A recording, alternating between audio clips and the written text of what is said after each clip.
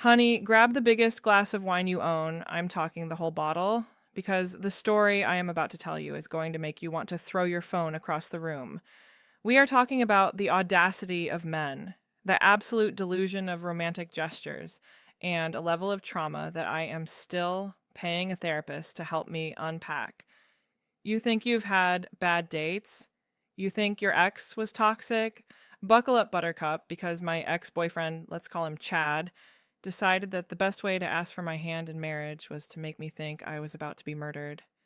Let me take you back to the day my life turned into a literal horror movie. It was a Tuesday, a regular, boring Tuesday. I was on my evening run listening to a true crime podcast. Ironic, I know. Trying to close my rings on my Apple Watch. I was in the zone, feeling good, sweating out the stress of the workday. I noticed this black SUV creeping along the curb about 50 yards back. Now, as a woman, your radar is always up, right? But I told myself I was being paranoid. It's a nice neighborhood. Nothing happens here. I pulled out my phone to text my sister, Mara, just to let her know I was heading back, but before I could even type OMW, the SUV screeched up beside me. The side door slid open with this aggressive whoosh, and before my brain could even process what was happening, 3 men in black ski masks jumped out. I screamed. I didn't just scream, I shrieked like a banshee. I tried to run, but they were on me in a second. I clawed at the closest guy's face, ripping at the fabric of his mask, trying to gouge his eyes out. I was fighting for my life, but there were 3 of them, and they were big. They dragged me into the back of the van, and the door slammed shut, cutting off the sunlight and my last shred of hope. Inside, it smelled like stale fast food and gasoline. They flipped me onto my stomach.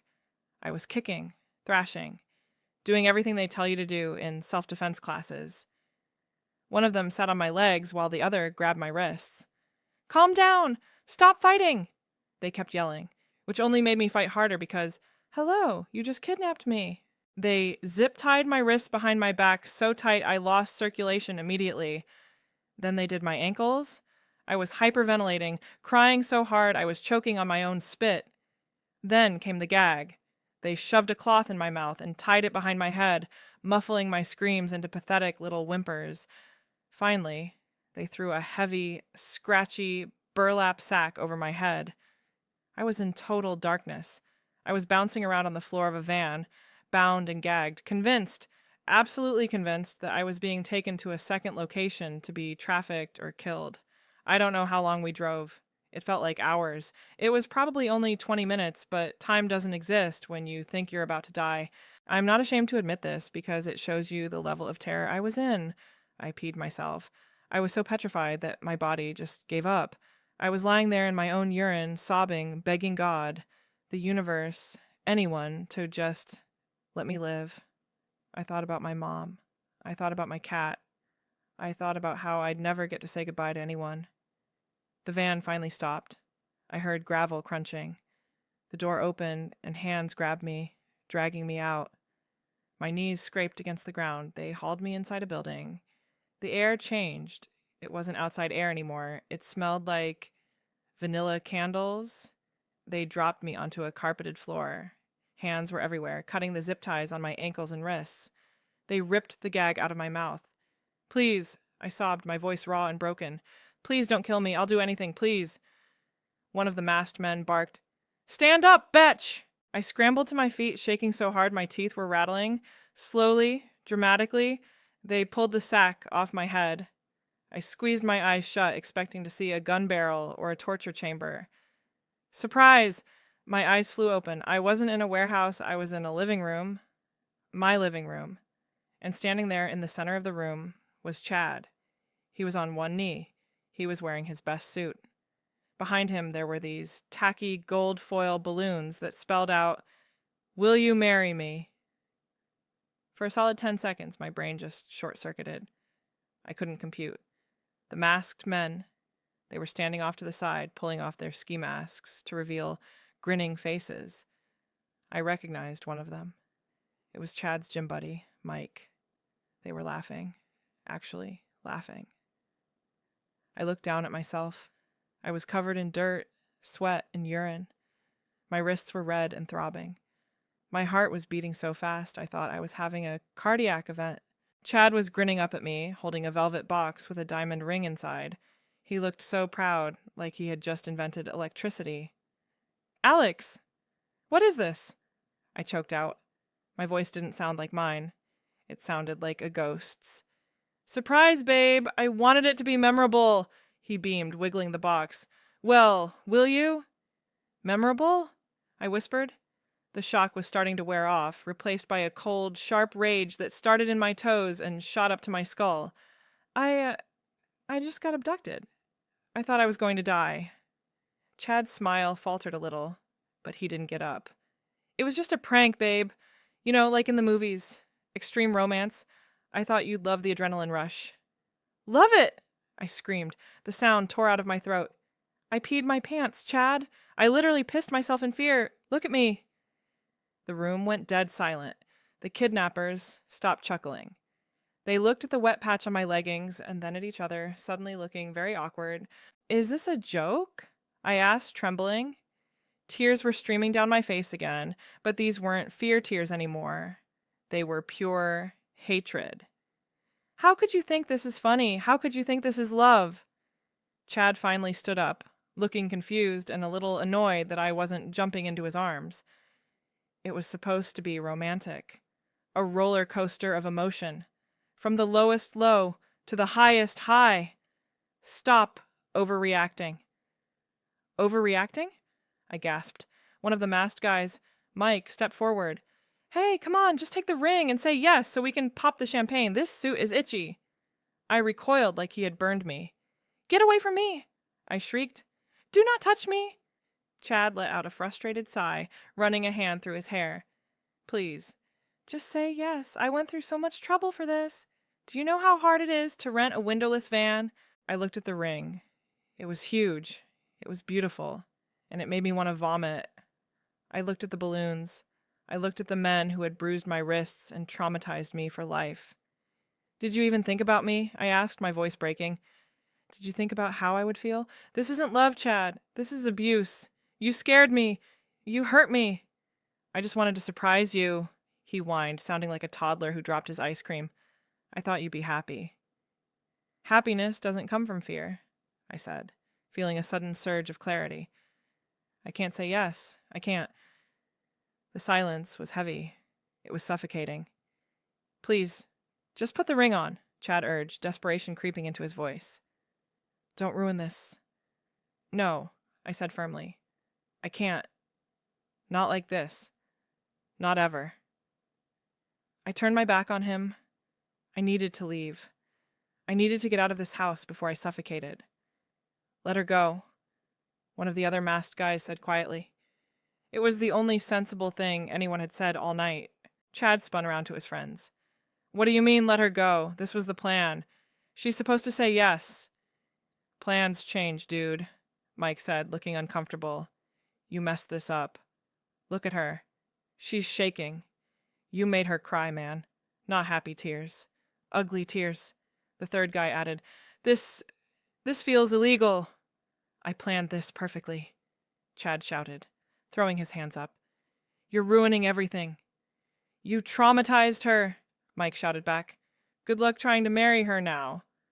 I didn't wait to hear the rest. I stumbled toward the door. My legs felt like jelly. "Wait, no, this is my moment," Chad screamed after me. "You can't just leave." "Stop, I want to leave," I yelled back. Mike, surprisingly, opened the door for me. "Just go, we'll handle him. I'm sorry. Seriously." I stumbled out into the cool night air. The stars were twinkling like nothing had happened. I took a deep gulp of air, trying to purge the smell of that van from my lungs. Listen, if you are already shook, if your jaw is on the floor, hit that like button right now, because I haven't even gotten to the worst part yet. The kidnapping was just the appetizer. The main course was the absolute insanity that followed. I didn't have my phone. It was still in the van or lost on the street. I didn't have my wallet. I walked 3 miles to my sister Mara's house. When she opened the door and saw me, covered in dirt, tear-stained, smelling like pee, she thought I had been attacked. And in a way I had. I told her everything. She wanted to call the police immediately. In hindsight, I should have let her, but I was in shock. I just wanted to shower and sleep for a week. I blocked Chad on everything the second I got a new phone the next day. I stayed with Mara for a week. I couldn't go back to my apartment. The thought of being in that living room made me nauseous. But Chad? Chad wasn't done. The texts started coming through from random numbers. I'm sorry. It was just a joke. You have no sense of humor. Please, baby, let me explain. I deleted them all. I didn't respond. Silence is a response, right? Well, not to Chad. To Chad, silence was just a challenge. About 2 weeks later, I finally went back to my place to pack some more clothes. I walked out to my car the next morning to go to work, and my windshield was covered in rose petals. And not just a few. It looked like a botanical garden had exploded. Under the wiper blade was a note. For every tear I caused, 1,000 petals. I rolled my eyes so hard I saw my brain. I brushed them off and drove to work. But then he started showing up. He'd be sitting at the coffee shop across from my office, just staring. He'd be coincidentally walking his dog on my street, even though he lived 20 minutes away. I was hanging out with Mara at the park one Saturday, trying to feel normal again, when I saw him. He was speed walking toward us with this intense look on his face. Hey, can we talk? He shouted. My stomach dropped. No, Chad, go away! Please, just 5 minutes. I promise I'll explain. Explain what? I yelled, causing a family pushing a stroller to stop and stare. Explain how kidnapping is a love language. I was an idiot, he pleaded, getting too close. I thought it would be a funny story for our grandkids. I never meant to hurt you. Mara stepped in front of me like a bodyguard. She said, no, Chad. Back off before I mace you. Why won't you give me a chance to prove I've changed? He asked, looking at me with those puppy dog eyes that used to work. Now, they just looked predatory. Because I'm terrified of you, I snapped. I don't trust you. We walked away, leaving him standing there. I thought that would be it. I thought public embarrassment would stop him. I was wrong. Chad decided that if scary didn't work, he needed to go big. He started his campaign of terror disguised as romance. First, it was the flash mob. I was leaving my office building at 5 p.m. I just wanted to go home and watch Netflix. Suddenly, music starts blasting from a portable speaker. It was Marry You by Bruno Mars. Of course it was. About 20 people, mostly college kids who looked like they were paid in pizza, jumped out from behind cars and bushes and started doing this uncoordinated, horrific dance routine. And there was Chad in the middle, doing jazz hands. My coworkers were watching from the lobby. My boss was watching. I was mortified. I didn't stop. I didn't smile. I put my head down, walked straight through the dancers, literally bumping into a girl doing a grapevine, and got into my Uber. Then came the clown. Yes, a clown. He sent a literal clown to my office to deliver a bouquet of balloons. The clown was wearing a sign that said, "Don't be afraid to love again." I have a fear of clowns. Chad knew I have a fear of clowns. I hid in the break room for 45 minutes while security escorted Bozo out of the building. My friends were divided. Some of them, the ones who watched too many rom-coms, were like, "Oh, he's trying so hard. Maybe you should hear him out." But Mara kept me sane. "He is stalking you," she said. "This isn't romance, it's harassment. He's not respecting your no." And she was right.